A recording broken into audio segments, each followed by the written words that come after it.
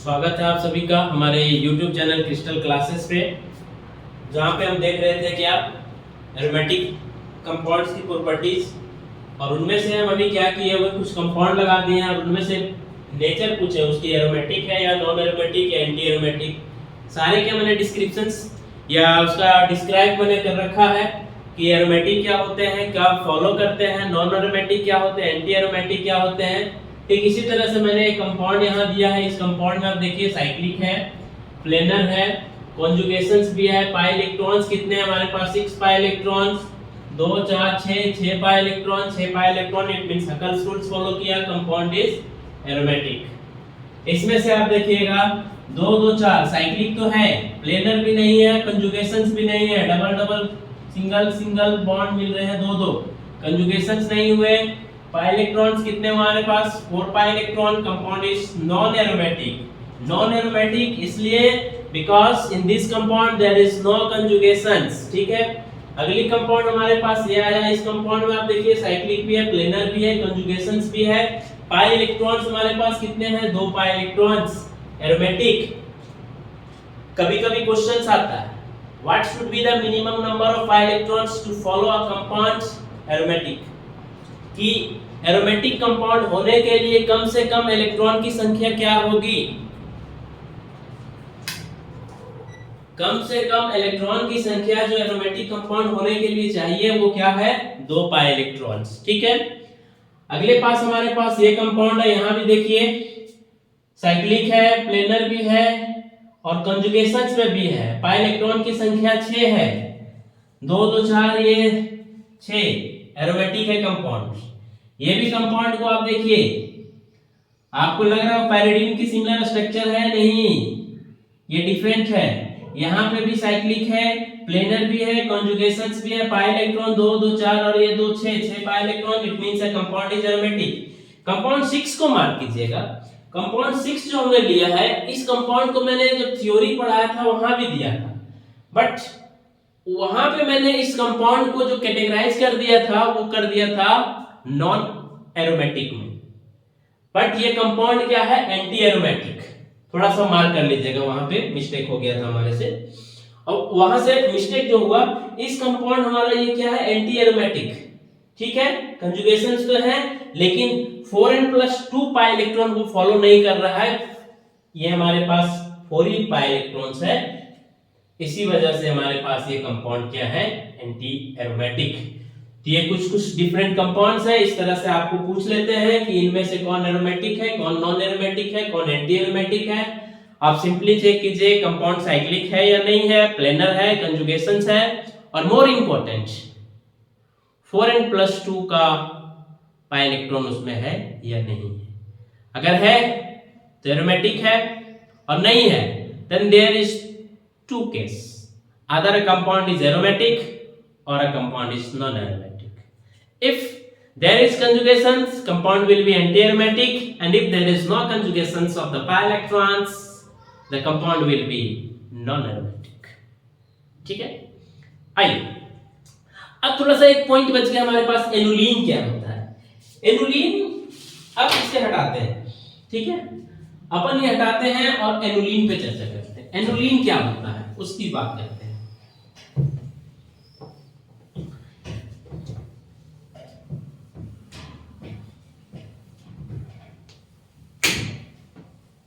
दिल में हो तुम,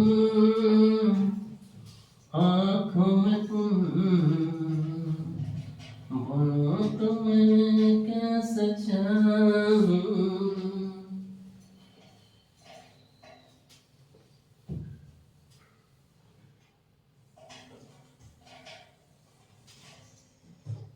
चलिए एनुलीन की बात करते हैं थोड़ा सा। एनुलीन क्या होता है देखते हैं।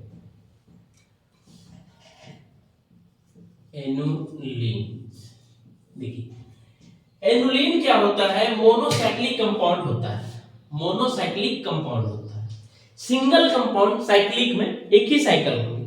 मोनोसाइक्लिक कंपाउंड होता है जिसके पास एक सिस्टम होता है double bond single bond, double bond single bond, double bond single bond का, उसी को कहा जाता है एनुलीन। क्या कह रहे हैं? Annulenes are monocyclic compound having a system of single and double bond in alternate position.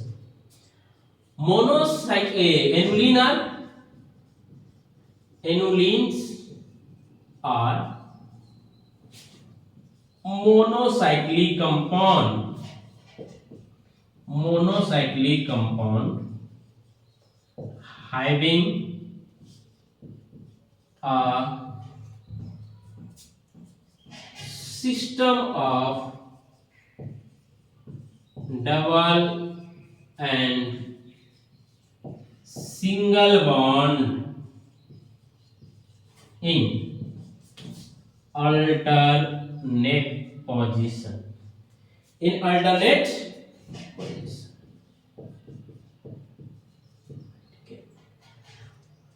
एक मोनोसाइक्लिक कंपाउंड होता है जिसमें कि क्या होता है, डबल और सिंगल बॉन्ड का सिस्टम होता है जो कि अल्टरनेट पोजीशंस पे होता है।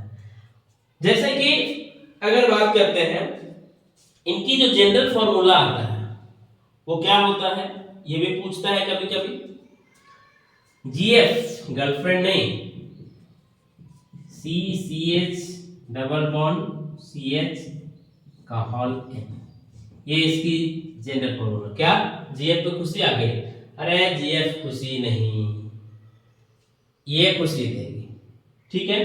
CH डबल बॉन्ड CH का होल N है, ये जनरल फॉर्मूला किसकी होगी? एनुलिन की। अब ध्यान देना, जो एनुलिन का नाम लिखते हैं वो क्या लिखते हैं? जितनी उसकी रिंग की साइज होगी, रिंग की साइज प्लस एनुलिन जोड़ देना है। जैसे उदाहरण के बात अगर करते हैं अपन, क्या हुआ यहां पे, ये हुआ कितने पाई इलेक्ट्रॉन्स हैं? 4 एनुलिन कहते हैं इसको, 4 एनुलिन, ठीक है। बेंजीन कितने एनुलिन का होगा? 6 एनुलिन का, ठीक है। ठीक इसी तरह 8 एनुलिन, 10 एनुलिन, 14 एनुलिन, जितने आप जो रिंग है उसमें जितने से पाई बॉन्ड है वो लिखिए और लास्ट में क्या जोड़ दिए? फॉलोड बाय एनुलिन्स, वो एनुलिन्स होता है। बस यही है हमारे पास एनुलिन। बेंजीन ले लीजिए, इसके बगैर तो चैन नहीं। 6 एनुलिन, 6 एनुलिन, ये हमारे पास यही है एनुलिन। मोनोसाइक्लिक कंपाउंड है, सब में एक ही सिंगल साइकिल होते हैं जिसमें से डबल बॉन्ड और सिंगल बॉन्ड अल्टरनेट पोजीशंस पे छाए रहते हैं, ठीक है। ये हुआ एनुलिन। तो ये एरोमेटिक की कथा यहाँ पे समाप्त होती है, जिनमें हम देखें एरोमेटिक क्या है, नॉन एरोमेटिक क्या है, एंटी एरोमेटिक क्या है, कुछ कंपाउंड्स का उदाहरण लिए, हकल्स रूल को देखें, ठीक है।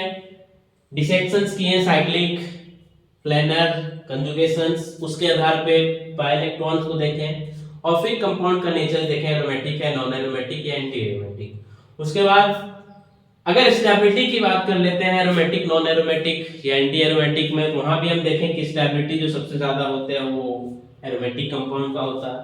उसके बाद नॉन एरोमेटिक और फिर आखिरी में एंटी एरोमेटिक की आती है। एनुलिन क्या होता है? एक सिस्टम होता है जिसमें double bond, single bond alternate positions पे रहते हैं और ये मोनोसाइक्लिक होते हैं। नाम जब लिखने की बात आती है तो इसमें जितने हमारे पास पाई इलेक्ट्रॉन्स वो लिख लीजिए और लास्ट में एनुलिन लिख दीजिए, ठीक है। रिंग की size followed by annulene. GF की बात करें तो हमारे पास क्या आया था? CH डबल बॉन्ड CH का whole N। That's all, thank you, have a nice day.